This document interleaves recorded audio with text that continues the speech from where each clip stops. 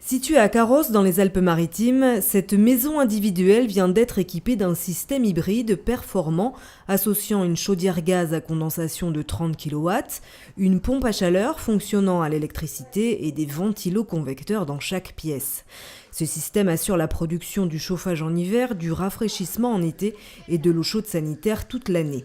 Autre avantage, le système hybride s'installe en lieu et place de l'ancien dispositif de chauffage et se règle au moyen de télécommandes très simples d'utilisation.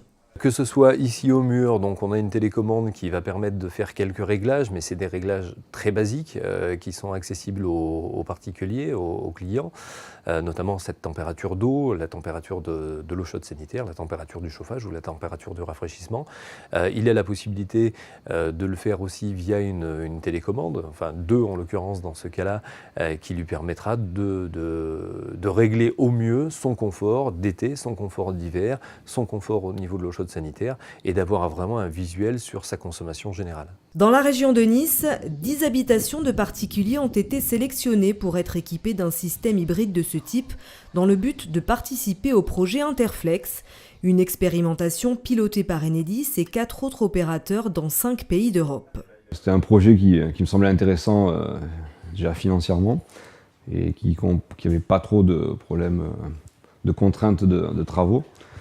Donc ils sont venus voir avec toute une équipe de techniciens pour voir la faisabilité du projet par rapport à l'implantation de la maison. Et c'était un projet qui leur semblait très intéressant du fait de la configuration de la maison qui était parfaite pour eux, en fait, avec la chaudière dans le garage et de la place derrière le garage pour pouvoir travailler.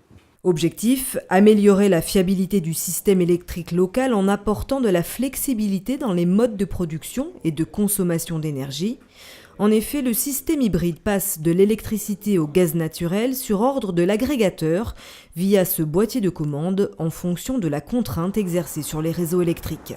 Lorsqu'il y a une contrainte sur le réseau électrique, il y a une demande de flexibilité qui va être émise par Enedis, donc le gestionnaire du réseau de distribution électrique.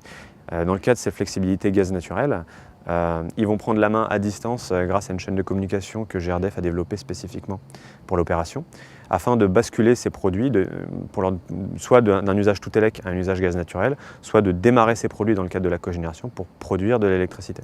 Le système hybride permet non seulement de soulager le réseau électrique, mais aussi d'optimiser la facture énergétique. Par rapport aux autres installations qu'on a pu faire avec des systèmes un tout petit peu différents, on a de toute façon une économie réelle d'au moins 30% sur l'énergie dépensée en général. Aujourd'hui, la chaudière hybride fonctionne à l'électricité et au gaz naturel. Elle pourra à l'avenir fonctionner en partie grâce au biométhane, une énergie 100% renouvelable.